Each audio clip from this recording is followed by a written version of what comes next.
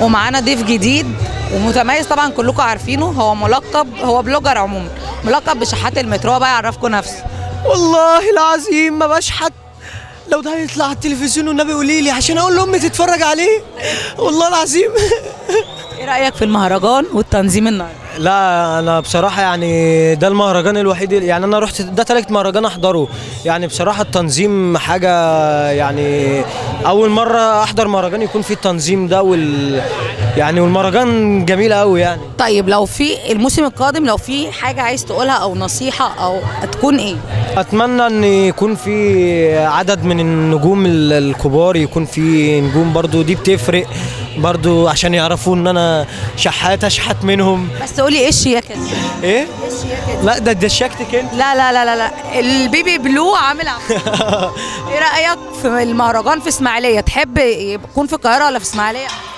لا هو في اسماعيليه حلو، لان الجو بتاع انا بحب اسماعيليه اصلا، فالجو في اسماعيليه والاسماعيلاويه ناس جمال وبرضه بشكر ميجو.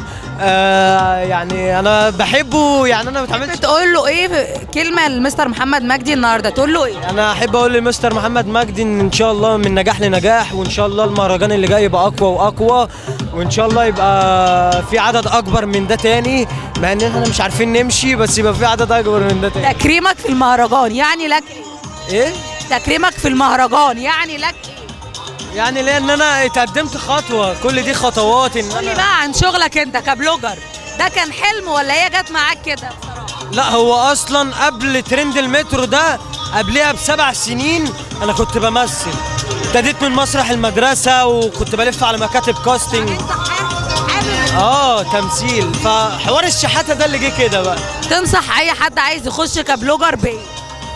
انصحه ان هو يركز في حلمه، ما يركزش بقى مع الحاجات التانية، مع بنات، مع الكلام ده.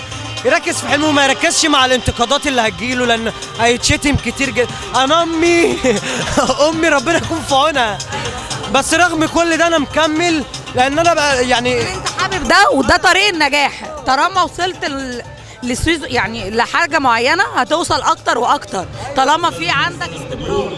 ايوه طبعا، لان يكون ان انا اوصل لحاجه زي كده ومره واحده الاقي نفسي الناس عارفاني والناس توقفني في الشارع، فانا لو قعدت يبقى انا ما بفهمش حاجه. ربنا يوفقك دايما واشوفك اكبر بلوجر يا رب. امين يا رب. نورتنا جدا في المهرجان. خليك.